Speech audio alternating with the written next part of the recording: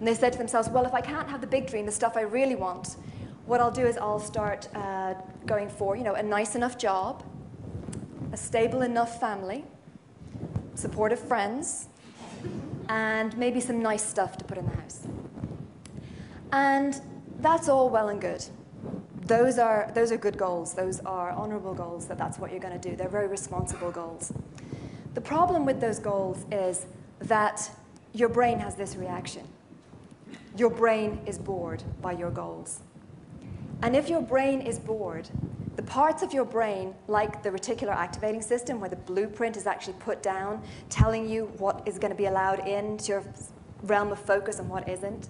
Things like the amygdala, which is all about like the emotional juice, the frontal lobes, which actually do all the working out of, you know, what needs to happen to put this dream in place, they go to sleep too. So basically, this is your brain without a dream. And that's very serious. So if you're telling yourself, I can't get it, therefore I'll go for something less, you have less chance of getting that smaller thing than you did of getting that larger thing, simply because your brain is not awake. Now, whenever a speaker comes up with a slide that has fruit flies on it, you know this, the science bit's coming up. And I am a huge fan of Dr. Corey Bargman from Rockefeller University. And she talks a lot about aggression in animals and the way that animals fight for scarce resources.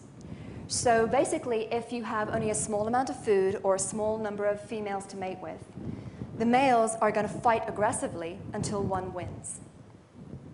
And this is very, very simple, but we also work in this way.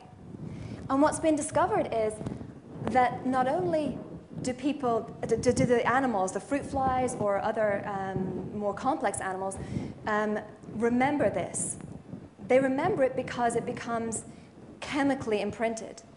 So what happens is that neurotransmitters like serotonin actually have this impact on your brain that say, hey, when you fought a guy that was this big the last time, it didn't work out well, to say the least. So we're not sending you in there again. And this works for animals. But as humans, we're different. Because what we can do is we can override this. And the reason we can override it is because we have resourcefulness and resources that animals do not have. And as such, there is no such thing as the fact that if this guy this size beat you the last time, he's going to beat you again. We have the ability to find different ways of doing it.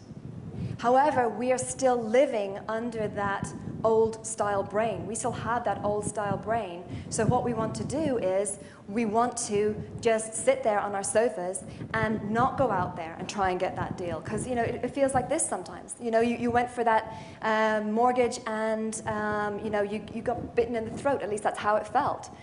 So you are wired to not want to go back there again. And it made sense when there was a scarcity of resources. But now that we can live as communities and we can share and we can find new ways, and there is always a way. There is always a way. And this is why we have to overcome that type of patterning. And we can do it through reconditioning ourselves. Oh, absolutely. There we go. Okay, thank you for that. Thank you. So basically, this is my hero of the hour. It's a guy called Shay Carl. And for those of you, I can see some of you smiling in the audience, you know exactly who this guy is. He has a thing on YouTube called the Shay Tards. And it's basically his family. And every day, he creates a video of his family, just what they're doing for the day. For about 15 or 20 minutes, he edits it together, and he puts it up online every single day. Now, a few years ago, what he did for a living was he went around and he fitted out bathrooms and kitchens with granite surfaces, or he did the measurements for fitting them out with granite surfaces. And he really wasn't very happy with his life. You know, he felt like he'd failed. He tried a whole bunch of different things, and he really wasn't making it.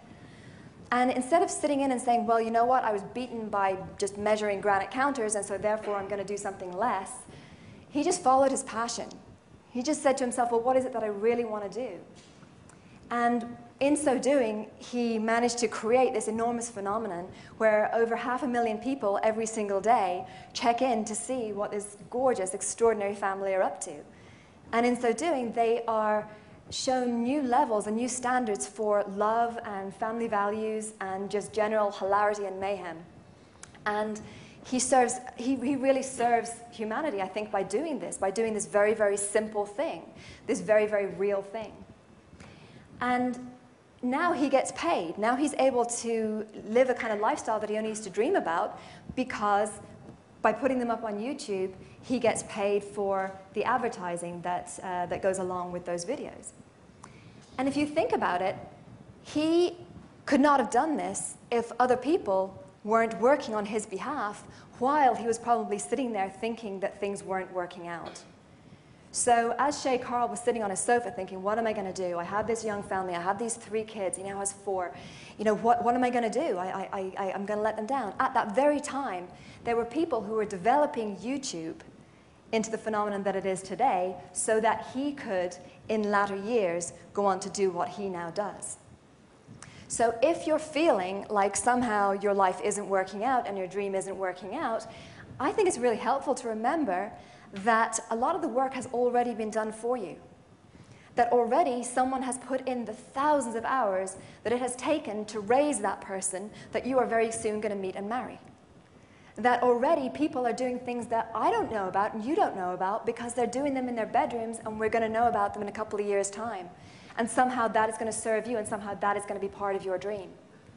But how would it be if everybody just sat there in a very waiting for Godot kind of way and just came up with these hypnotic repetitions and hypnotic, daily activities and kept waiting for this rescue that probably will never arrive, instead of getting up and walking down that road and saying, you know what, I don't know what's there, but I know that I'm not defeated.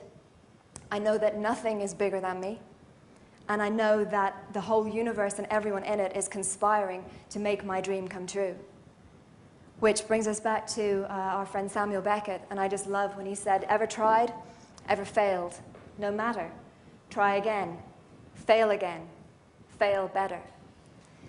And because I know that you are made of magic stuff and that you were put here to do something extraordinary, I'd like to gently invite you also to dream again and dream better.